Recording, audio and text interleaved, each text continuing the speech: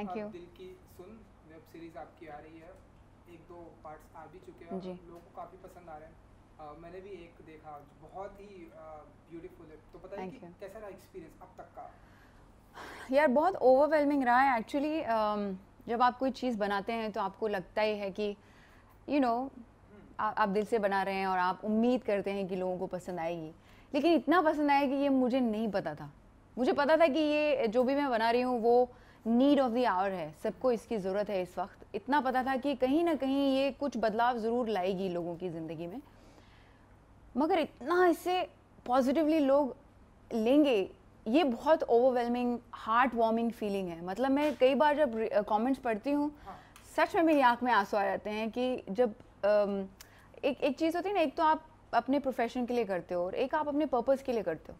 तो ये चीज़ मैंने अपने पर्पस के लिए की, और जब आप अपने पर्पस को सफल होता देखते हो तो उसका जॉय अलग ही है। आप ट्राई करना कभी लाइफ में, जब आपको अपना पर्पस मिल जाए तब आप उसके लिए जो करोगे ना, उसको जब अप्रिसिएशन मिलेगा तो उसका जॉय का मल्टीप्लिकेशन इतना बड़ा लेवल पे होता है कि it's very overwhelming. So I literally have tears every day when I read comments of people, and if you read the comments, there's hardly 1 or 2 negative comments, hardly, which never happens in any film. So I am just thankful and grateful to the Almighty, the existence, and people that they are liking what I'm doing and what I'm trying to say. They're understanding. It's reaching their heart. So I'm very happy about that. तो क्योंकि web series का present time में हम देख रहे हैं, web series का दौर है और लोगों को बहुत ही वेब सीरीज लोगों को बहुत पसंद भी आ रही है। हम सामान्य कि इसलिए आपने ये चालू किया क्योंकि और लोगों को पसंद भी आ रही है? नहीं यार, हम तो ना ऑनेस्टली हम तो छोटी छोटी फिल्में बनाना चाह रहे थे, बट अब हमारे पास एक 7 फिल्में बन गई, तो हमने कहा क्यों ना हम इसे एक वेब सीरीज़ के तौर पे डालें, ताकि एक के बाद लोग उसे देखें।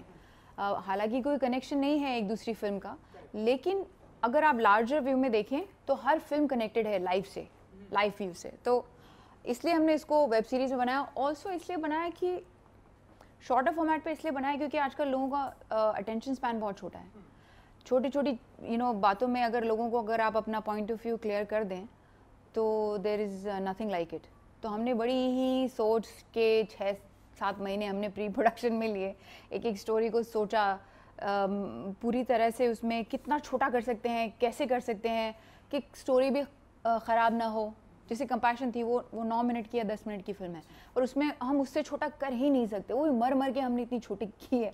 पर उस फिल्म का पूरा जो आपने देखी, उस फिल्म का पूरा सार ही ये है कि जब इंसान की लाइफ में ऐसे मोमेंट्स आते हैं जब उसके पास जीने के लिए अब कोई चारा नहीं बचा है, तो कितनी स्लो हो जाती है लाइफ। तो वो स्लोनेस दिखानी बहुत ज़रूरी थी, तो वो एक ही फिल्म है जो हमारी आई थिंक 9 मिनट की है। बाकी एक और फिल्म है जो हमारी 14 से 15 मिनट की होगी, जो मेरी लास्ट फिल्म होगी अब दिल की सुन की, पहली सीज़न की। तो कुछ एक आपके रियल लाइफ पर भी बेस्ड है? ये सारी मेरी रियल लाइफ पे बेस्ड हैं, सारे। इनमें से एक फीलिंग, जैसे कि कंपैशन, आई थिंक इससे सभी कोई गुजरते हैं कि आप जहाँ भी अगर आपको तरक्की मिल रही है या कुछ हो रहा है, या अगर आप दूसरों से खूबसूरत दिखते हैं, या अगर आप दूसरों से बेटर हैं, नहीं भी हैं, उनको लगता है कि आप बेटर हैं, तो वो किस तरह से आपके बारे में कुछ भी बोलते हैं, कुछ भी जज करते हैं। अच्छा, बोलते दिल से भी नहीं है। ऐसा नहीं है कि किसी को जेन्युइनली आपसे हेटरेड हो। क्या genuine hate is a very strong emotion. वो तब तक नहीं आता जब तक आपके दिल में जेन्युइन प्यार नहीं हो। जब तक आप में जेन्युइन प्यार करने की क्षमता नहीं है, आप जेन्युइनली हेट भी नहीं कर सकते। करेक्ट? तो ये जस्ट पॉजिटिव टू नेगेटिव हो जाता है, सेम इमोशन। तो इतना तो लोगों का टाइम है नहीं, ना इतनी समझ है, ना इतनी डेप्थ है। Not everybody, I am just saying on a larger scale. तो अब अगर क्या होता है, हम उसे बुरा लगा, हमें तो बुरा लगता है ना, अगर हमारे बारे में, तुम्हारे बारे में कोई कुछ बोले तो तुम्हें बुरा नहीं लगेगा? क्या जानता नहीं है, पहचानता नहीं है, साला कैसे बोल रहा है मेरे बारे में ऐसा। सो यही चीज़ें हैं जो लोगों को डिप्रेशन तक पहुंचाती हैं। इन्हीं चीज़ों की वजह से इंसान अंदर अंदर अंदर अंदर ना घुटता रहता है, घुटता रहता है। और ये मैंने अपनी लाइफ में भी देखा और सराउंडिंग में भी देखा। तो हमने सोचा यार इस एक चैप्टर पे फिल्म ज़रूर बनानी चाहिए कि जब आप मरने वाला होता है ना, तब सारी सिंपैथी आ जाती है लोगों की। अरे बेचारा बहुत अच्छा आदमी था, कितना अच्छा था, कितना ये था, अरे जीते जी बोल दो उसको, वो जी जाएगा शायद और कुछ साल। उसको तुमने मार दिया बोल के कि ऐसा है, वैसा है, न ऐसी है, न वैसी है, और वो मर रही है बेचारी। क्यों? what are we? We are human beings. We all need people. We all need each other to survive. We all need love to survive. और अगर वही हम जीते जी नहीं देंगे तो मरने के बाद देने से क्या फ़ायदा? You know, so वो मेरी लाइन मैंने एक्चुअली किसी को कही थी ज़िंदगी में. Yeah, I had a relationship और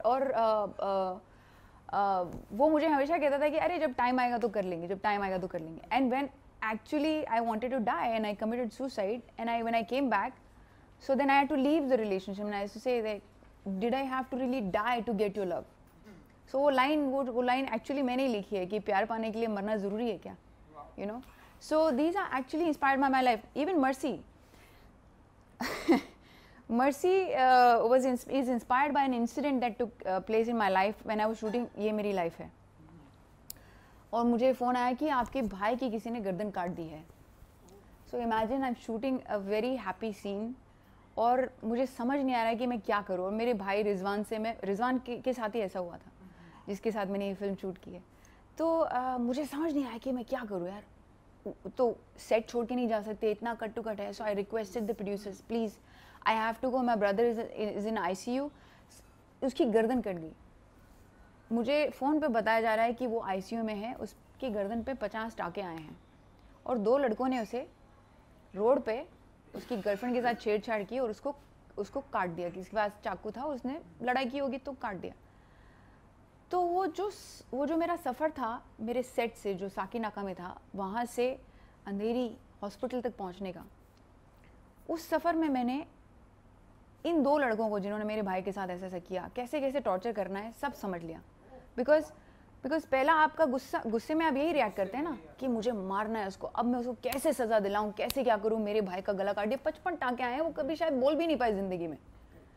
you know how sensitive your neck is. If एक यहाँ से कुछ कट गया, आप ज़िंदगी भर के लिए नहीं काम कर सकते. So when that happened I came back and जब तक मैं आ रही थी और इतना गुस्सा, मुझे इतना दुख, गुस्सा, हर चीज़, पूरा इमोशन मेरा टर्मोइल हो रहा था. मैं रो रही थी, मैं एंग्री थी, मैं सोच रही थी मैं किसको फ़ोन करूँ, कैसे इन 2 लड़कों को मैं बुरी से बुरी सज़ा दिलाऊं. पर जब तक मैं हॉस्पिटल पहुंची ना, मैंने ये देखा जो मेरी सोच में कि क्या हो जाएगा उसे सज़ा दिलाने से. क्या मेरा भाई वापस ठीक हो जाएगा? क्या उसकी गर्दन जो कटी हुई है वो वापस जिप हो जाएगी? क्या वो मोमेंट जो हो चुका है वो रिवर्स हो जाएगा? नहीं होगा. और वो भी उसी की उम्र के बच्चे थे जिन्होंने ऐसा किया. तो जैसे ही मैं हॉस्पिटल पहुंची, जस्ट बिफोर मैं हॉस्पिटल पहुंची, एक बहुत ही ब्यूटीफुल फीलिंग ने मेरे अंदर जन्म लिया. वो था mercy. So I realised by the end of, before going to the hospital, I realized I am going to forgive them and I'm going to give them a chance. I saw those 2 kids गिड़गिड़ाए, वो मेरे सामने गिड़गिड़ा रहे, दीदी हमें माफ़ कर दो, हमसे गलती हो गई. And I just felt अगर मेरे भाई ने ऐसा किया होता तो मैं यही उम्मीद करती कि कोई उसे माफ़ कर दे, प्लीज़ उसे माफ़ कर दो. क्योंकि आप एज ए फैमिली यही उम्मीद करोगे. या मुझसे हो जाती तो क्या उम्मीद करूँगी मैं, हो गई मुझसे गलती. अब उस एक मोमेंट में आपने रेज में आए और आपने कर दिया, गलती है, मानते हैं, लेकिन आप उस मोमेंट में क्या उम्मीद करोगे? Mercy. So that's why I shot this film and I now shot it like how अगर मेरा भाई करके आता तो, यू नो, दैट वे.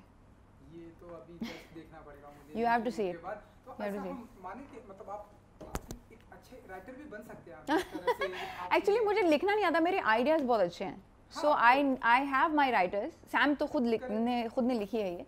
तो सैम एक ऐसा बंदा है जिसने मेरे दिमाग को किस तरह से समझ के एक एक चीज़ से निकाल के उसको स्टोरी में पिरोया है और बहुत ही खूबसूरती से पिरोया है. और हमारा मुद्दा ये नहीं है कि हम लोगों से कहें कि ये सही है ये गलत है. जैसे कि अभी उन्होंने कहा कि आप लोगों से पूछते हो कि तुम क्या करोगे, क्योंकि मैं चाहती हूँ कि आपके अंदर ये सवाल उठे. मेरे कहने से कि ये करो ये मत करो आप नहीं करेंगे, आपके अंदर से आवाज़ आएगी तब आप करेंगे. तो हमारा पूरी कोशिश यही है कि इस सीरीज़ के ज़रिए वो अवेयरनेस, वो सवाल हम लोगों में पैदा कर सके ताकि जो इतना डिप्रेशन, इतनी नेगेटिविटी फैली है वो किसी तरह कम हो जाए. क्योंकि ये कम कब होती है? जब हम खुद को संवारते हैं. और हमें दुनिया को संवारने की ज़रूरत नहीं है, हमें सिर्फ 1% एट ए टाइम अपना ही ध्यान रख लो बस, और कुछ नहीं है. Save earth, save planet earth. You save yourself. That's all. The earth will be saved automatically. You know what I am saying. तो आपके भाई का क्या फीडबैक था जब उन्होंने और आपने साथ यार हमने जब ये कहानी सुनी ना, सैम ने जब मेरे को सुनाई और उसने मेरे को एंड में ना, मैं ऐसे हो गई, उसने बोला आप क्या करोगे, उसने मुझे सीधा ये पूछा। तो मैंने बोला क्या, मतलब I was not prepared for it कि वो मुझसे पूछेगा, तो I was taken a back. तो बोला आप क्या करोगे, मैंने बोला यार मैं तो अपने भाई को बचाऊंगी, कोशिश करूंगी बचाने की, दैट्स एन ऑनेस्ट आंसर। तुम क्या करोगे, मैंने उसको पूछा तुम क्या करोगे, तो कहता है मैं तो मार दूंगा। मैंने कहा झूठ बोल रहा है तू मैंने कहा तू झूठ बोल रहा है। और मैंने जितने जितने लोगों को पूछा, it's such a sensitive question that it suddenly brings you of guard कि अरे ये क्या हो गया, क्योंकि अब आप पे आ गई ना, अब आप क्या करोगे, यू नो। सो जब उसने मुझे बोला, आप बिलीव मानेंगे, जब उसने मुझे स्टोरी नरेट की, मैं 3 दिन तक ठीक से सो नहीं पाई। ये सवाल मेरे दिमाग में गूंजता रहा, मैं ऑलमोस्ट, मुझे नर्वस ब्रेकडाउन हो गया इस कदर तक। मतलब जब उसने बोला ये बनाना है, तो मैं बोला नहीं नहीं सैम बहुत डिफिकल्ट है ये, I don't think I can make it.